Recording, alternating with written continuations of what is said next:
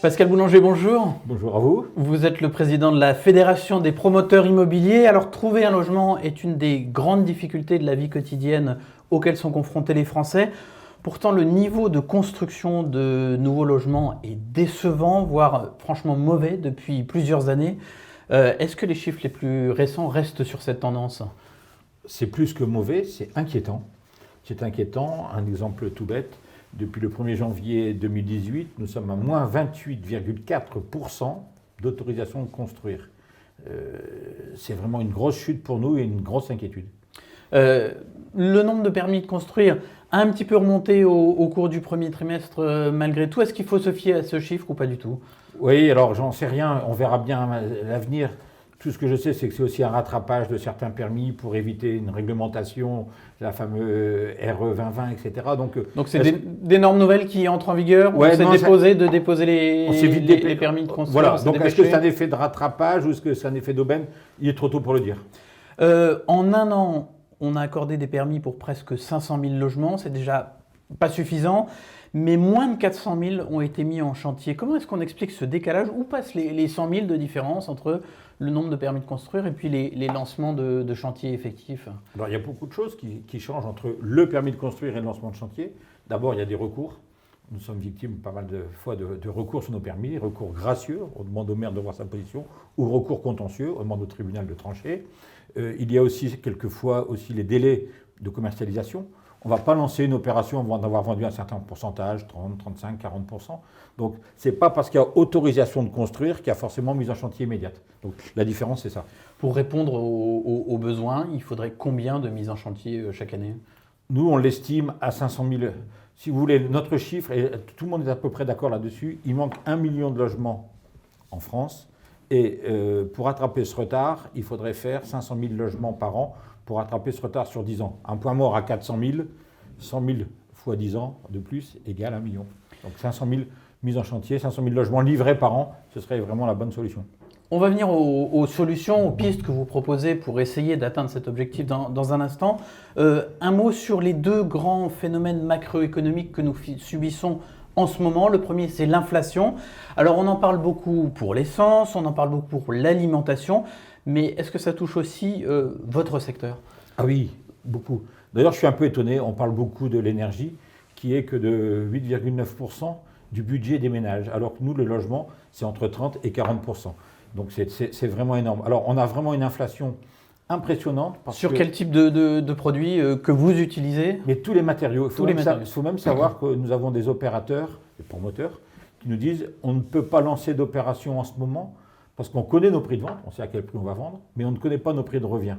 Et donc, il y a même certains qui pensent que les prix de revient vont dépasser les prix de vente. Donc, ils préfèrent geler les opérations ? Oui, attendre.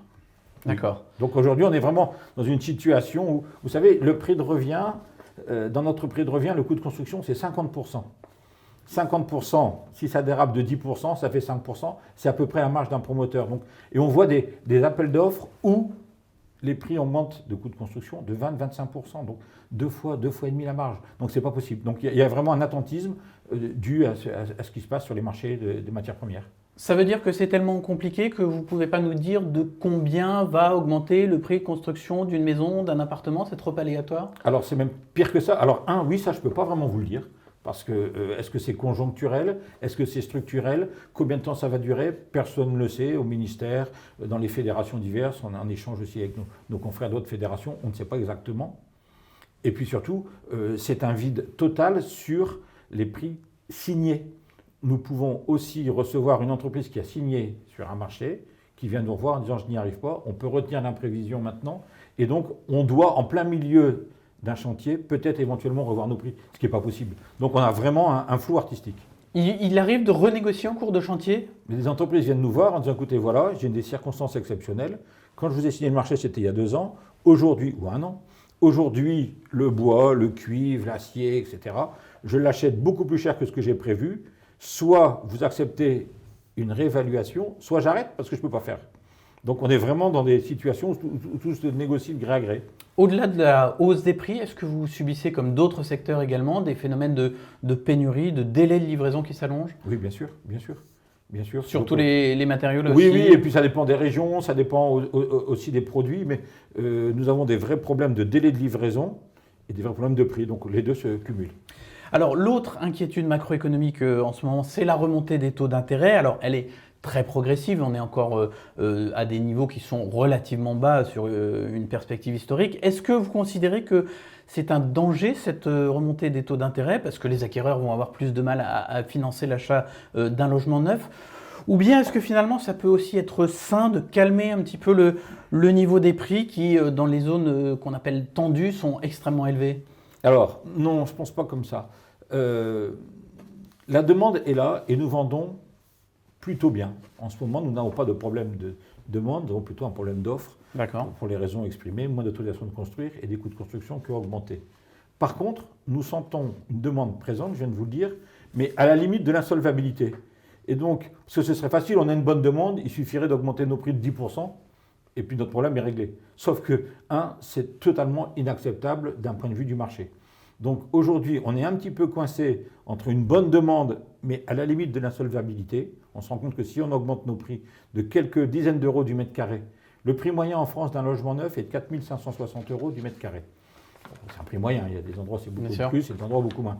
Mais on n'a pas beaucoup de marge de manœuvre, parce que dès qu'on augmente de quelques pourcentages, comme par hasard, on vend des biens et là on ne vend plus. Donc si les taux d'intérêt augmentent, ça va désolvabiliser une partie de notre clientèle. Donc inquiétude aussi là-dessus. Est-ce que vous avez évalué un niveau de hausse des taux à partir duquel vraiment ce serait inquiétant pour votre marché, donc pour vos entreprises? Alors aujourd'hui, la hausse des taux est relativement faible. On est quand même dans des taux très bas encore. Moi, j'ai connu des taux à 15-20% quand je démarrais ma carrière il y a une quarantaine d'années. Donc on en est encore très loin. Mais attention à que ça ne dérape pas là pour l'instant. On emprunte encore entre 1,5, 2 maximum. On est vraiment à la limite d'un système. On a donc évoqué le constat, on va en venir aux pistes que vous proposez pour essayer de faire mieux. D'abord une observation un petit peu générale, le pouvoir d'achat était au cœur de la campagne présidentielle. Vous l'avez dit, le logement est un des éléments qui pèse le plus sur le pouvoir d'achat des ménages. Pourtant, on n'en a presque pas entendu parler dans cette campagne. Comment est-ce que vous l'expliquez? Je ne l'explique pas. Incompréhension totale de notre part. On a entendu parler beaucoup de sécurité, de retraite, de pouvoir d'achat, notamment pour l'énergie, mais jamais de pouvoir d'achat de ce qui représente 30 à 40% d'un budget des ménages. Les politiques passent à côté du sujet. Oui, je pense, franchement, au fond de moi, je pense que c'est un sujet complexe, le logement. Il y a le logement privé, le logement social, le logement abordable, etc. Et comme c'est un sujet complexe, on s'en détourne un petit peu. Alors, on est entré dans la campagne des législatives. Maintenant, une majorité parlementaire doit en sortir. Qu'est-ce que vous demandez ou qu'est-ce que vous suggérez à cette future majorité pour essayer de relancer le logement neuf? Écoutez, nous, on a principalement 5 propositions et je vais essayer de faire vite. Il faut absolument faire émerger du foncier. Il faut qu'on retrouve du foncier, public ou privé.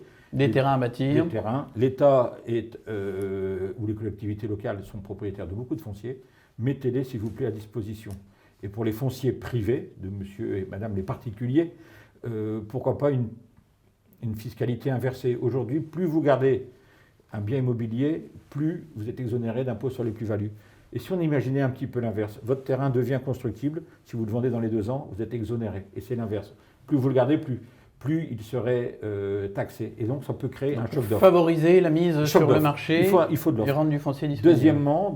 Deuxième proposition pour nous, important, il faut absolument inciter les maires à signer des permis de construire. Depuis les dernières élections municipales, on a une réticence forte des maires, c'est eux qui signent les permis, à signer les permis. Donc il faut les inciter, peut-être flécher une partie de la TVA immobilière des logements neufs sur les communes, peut-être aussi mettre un espèce de bonus-malus entre les maires qui respectent les PLU et ceux qui ne construisent pas. Voilà des solutions.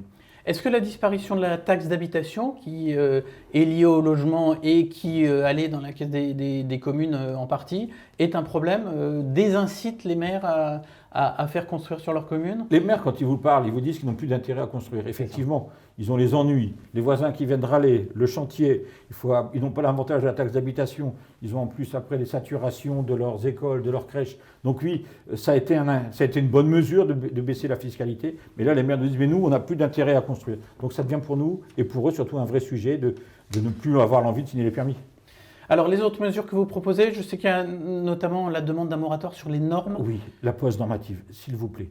Le mieux devient l'ennemi du bien. Alors partout on réfléchit, je dis des fois sous forme de symbole ou presque de boutade, on a pensé à toutes les catégories, mais on n'a pas pensé aux acquéreurs.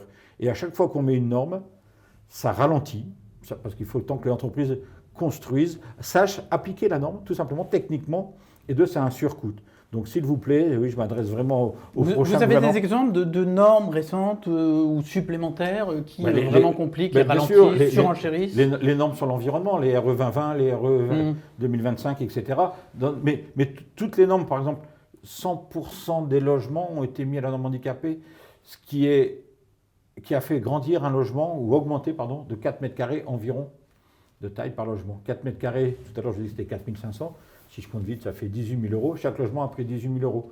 Est-ce qu'on ne peut pas faire peut-être un peu moins de logements handicapés, mais tous les logements handicapables, c'est-à-dire facilement adaptables. Voilà. Et donc, vous voyez, nous, on est pour, attention, la norme, oui, bien sûr qu'il faut protéger, mais quand elle devient trop coûteuse, elle handicape cette norme, l'acquéreur. Vous avez évoqué les normes sur l'environnement, c'est une préoccupation et c'est au cœur ça a été au cœur des dernières élections. Comment on rend compatible faire mieux pour l'environnement, notamment en matière de consommation d'énergie, et puis effectivement éviter de vous multiplier les complications, les coûts. Et moi je vais vous répondre, on est nous aussi les promoteurs des pères de famille et grands-pères pour certains. On tient aussi à ce que la planète soit vertueuse, il n'y a pas de sujet là-dessus. Simplement, la France est championne du monde de la norme.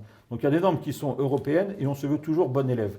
Donc très bien, mais tout ça a un coût. Et à un moment, ça va coincer. Moi je m'attends...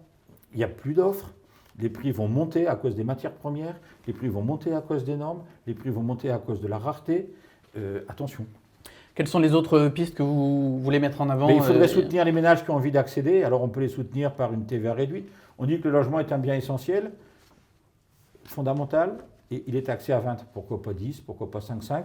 Voilà un petit peu toutes les solutions. On peut aussi faire le prêt immobilier. Il va falloir rallonger la durée des prêts immobiliers.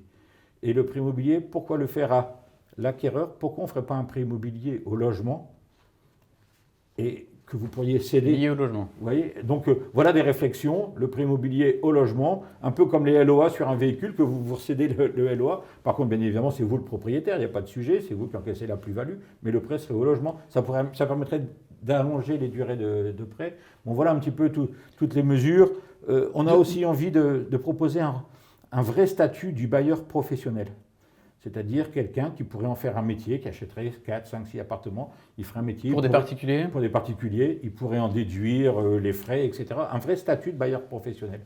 Bon, et puis un vœu pieux, mais j'en appelle un ministère du Logement de plein exercice. Ça changerait quoi? Ça change qu'aujourd'hui, le ministère du Logement est sous tutelle du ministère de la Transition écologique. Et on sent que très souvent, le ministère du Logement sert un peu de variable d'ajustement quand il doit y avoir un arbitrage entre deux ministres. On a quand même un ministre délégué qui fait bien le travail, avec lequel on a d'excellents rapports, mais quelquefois on sent que l'arbitrage n'est pas au niveau du logement, mais au niveau de la transition écologique, ce qui peut jouer en défaveur du logement. Merci beaucoup Pascal Boulanger. Merci à vous.